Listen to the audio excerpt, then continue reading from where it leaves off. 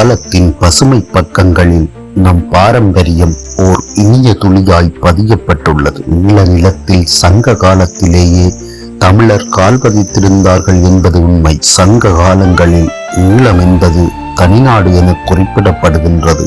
அதாவது பாண்டியர், சோழர், சேரர் போல் ஈழத்திலும் ஒரு தமிழ் மன்னன் ஆட்சி செய்துள்ளார். அந்த காலத்தில் ஈழத்தில் வாழ்ந்த முக்கியமான இனங்கள் 3: பழங்குடி, வெட இனத்தவர், தொன்மக்கால தமிழ் மக்கள், மர்மமாய் புதையுண்ட நாகர்கள். ஈழத்து உவர்நீர் வரித்தனை என அகநானூறு பாடுகின்றது. இது சங்க காலத்தில் ஈழத்தில் இருந்து வர்த்தகம் செய்தது மற்றும் தமிழ்நாடுகளுடன் உறவு இருந்ததை வெளிப்படுத்துகின்றது. யாழ்ப்பாணம், திருகோணமலை மற்றும் நாகதீபம் இடங்களில் நாக மக்கள் வாழ்ந்தனர்.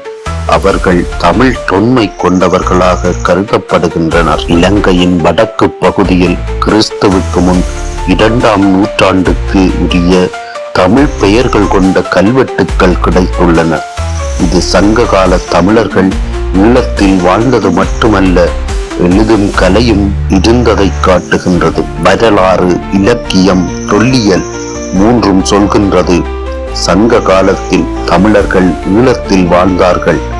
நாகர், வெடர், தமிழர் மூவினமும் கலந்து இருந்தனர்.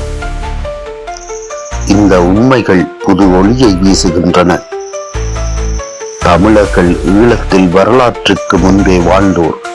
அதே வேளையில் வர்த்தகர், போராளி, இயற்கையை நேசித்த மக்களாக இருந்தனர். இதுதான் நம் சங்ககால ஈழத்தின் மறக்க முடியாத முந்தைய அடையாளம்.